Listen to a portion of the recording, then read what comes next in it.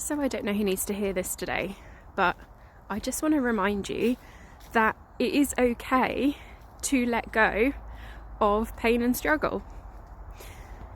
So many of us feel that we have to be connected to pain or struggle to connect with others, to get help, or to be valid with what we're going through.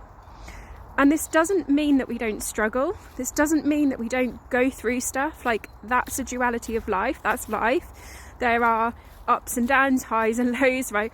All range of emotions. But we don't have to attach anything to that. And it doesn't make anything mean anything about ourselves if we do that. Does that make sense? And this is like that concept in mindfulness of the second arrow.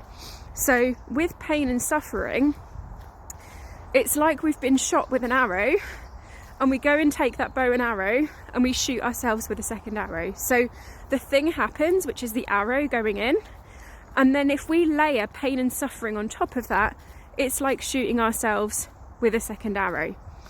And one of the biggest and most transformational things that I've done in my life is let go of pain and suffering. Completely let go of it. And in particular, a really sticky point for me was connection through pain and struggle. And I became aware that I had these relationships where people would come to me and like moan about their health problems or moan about their work. Then I would say, oh yeah, I'm going through that too. And then we would connect over that pain and struggle.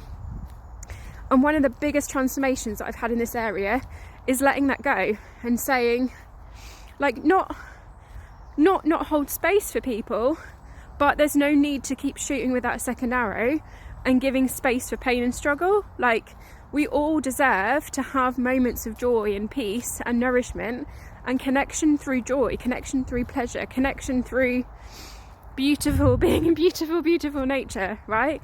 We don't have to connect through pain and suffering. And this is something that I've let go of. This has meant certain connections in my life have gone, and that's also okay.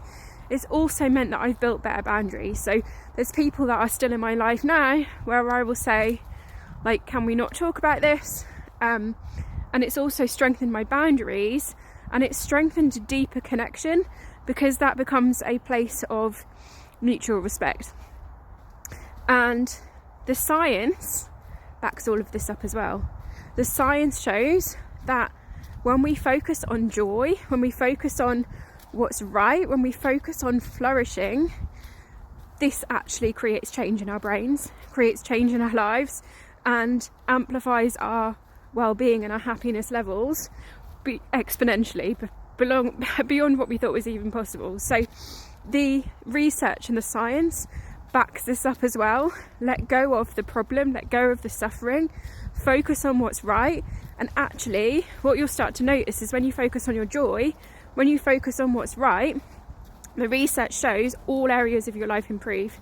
The problems fix themselves, and you start to really, really flourish. So not only function, which is like the traditional view, what's the pain and suffering, how do I fix that so I can function? It's like, how do we focus on the joy, the pleasure? We let go of the pain and the suffering so that we can move into that space of not only functioning, actually flourishing. This is where the magic happens. This is what has transformed my whole entire life.